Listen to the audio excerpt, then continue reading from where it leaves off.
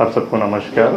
जैसा कि आपको जानकारी होगी कि ग्राम सरार कला में 28 तारीख की सवेरे एक वैष्णव जी के फार्म हाउस में मोटर के बटन को चालू करने की वजह से नरेश कुमार ओटी जी की दुर्घटना वहाँ विस्फोटक सामग्री की वजह से मृत्यु हो गई थी। FIR दर्ज की गई, संदेहों और से पूछताछ की गई और जो वहाँ पे सर्कमस्टेंसेस एविडेंसेस आए और लोगों से जब पता किया गया तो ऐसा लगा कि कुमार जी जो वहाँ पे उनके पड़ोसी हैं उनसे इनके संबंध पहले से ख़राब चल रहे थे वैष्णव परिवार के, चाहे पारिवारिक पृष्ठभूमि के हिसाब से और चुनाव की वजह से, और इनके आपसी विवाद बना रहता था। जांच पे लिया गया, इन्वेस्टिगेशन पे लिया गया, डोंगरगांव थाने की तरफ से जो जानकारियाँ प्राप्त की गई वहाँ पे सर्कमस्टेंसेस एविडेंसेस में जब पता किया गया, इनके घर की तलाशी ली गई तो वहाँ पे जो बम बनाने में प्रयुक्त वायर जो था वो मिला गया, जिसको अहम सुराग मानते हुए यहाँ से जब हमने कड़ाई से पूछताछ की वहाँ पे तो पता चला कि आपसी रंजिश रखने की वजह से कुमार ने इस घटना को अंजाम दिया था।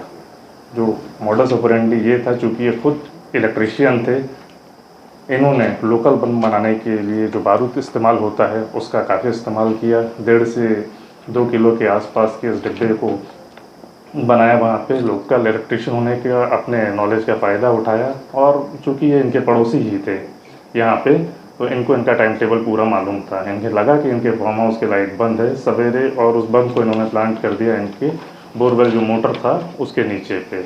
वहाँ पे जब उनको लगा कि इस परिवार से कोई भी आएगा और इस बटन को चालू करेगा तो घटना का शिकार होगा, और आपसी रंजिश इनकी इतनी ज़्यादा थी कि इन्होंने जो आरोपी हैं अपने हाथ में भी लिखाया हुआ है कि वैष्णव परिवार के सारे लोग हमारे दुश्मन थे करके। 30 तारीख को इनको गिरफ्तारी हुई और आज इनको रिमांड पे पेश कर दिया जाएगा। सर, वहाँ जो जगह है वहाँ पर उस सामान को प्लांट कब किया गया, कैसे किया गया? प्लांट उसके एक दिन पहले इन्होंने किया हुआ था और ये मौके का इंतज़ार कर रहे थे यहाँ पे। चूँकि पड़ोसी थे, इनको पूरी की पूरी जानकारी थी इनके बारे में कि किस टाइम पे कौन आता है कौन जाता है। ये चाहते थे कि उस परिवार से कोई भी इस घटना का शिकार हो जाए। अनफॉर्चुनेटली जो इनके छोटे ब्रदर थे उस दिन अपने पिताजी को देखने के लिए अस्पताल गए हुए थे, तो वो नहीं गए थे, तो उन्होंने डायरेक्शन नरेश ओटी को दिया हुआ था कि आप जाके इसको ऐसा कर लेना। सर 2 से 2.5 किलो जैसे बारूद इकट्ठा करने वाली बात आ रही थी, उसके लिए कम से कम 20 से 25 हज़ार रुपये का उसने फटाका परचेज किया रहा होगा, तो क्या उतना फटाका उसने परचेज किया था, इसकी आपने क्या पुष्टि की क्या? बारूद के जो सोर्स हैं उसके बारे में पता कर ही रहे हैं, लगा तो होगा निश्चय है। वो बता रहे हो, क्वांटिटी बता रहे हो कि 2 से 2.5 किलो अगर बारूद उसने इकट्ठा किया डेफिनेटली 25 हज़ार का फटाका लिया होगा। वो लिया भी होगा और हो सकता है पुराना समा करके रखा भी होगा। वो अभी तो आ जाएगा आगे, वहाँ पे सोर्स तो पता कर ही लेंगे वहाँ से। सर विस्फोट कैसे किया, कोई डेटोनेटर वगैरह लगाया? लोकल इलेक्ट्रीशियन था, स्पार्क देने के लिए उसको जो चाहिए था लोकल दुकान से उसने खरीदा और उसका इस्तेमाल कर लिया। मतलब एक पृष्ठभूमि में उसका इलेक्ट्रीशियन होना उसका काम आया। CSEB का ठेका ही लेके काम करते थे, स्पार्क ही देना था। लोकल चीज़ें वो लोकल दुकान पर मिली जाती है। वायरिंग भी का जो सामान था वो भी उसने लोकल ही परचेज़ किया था।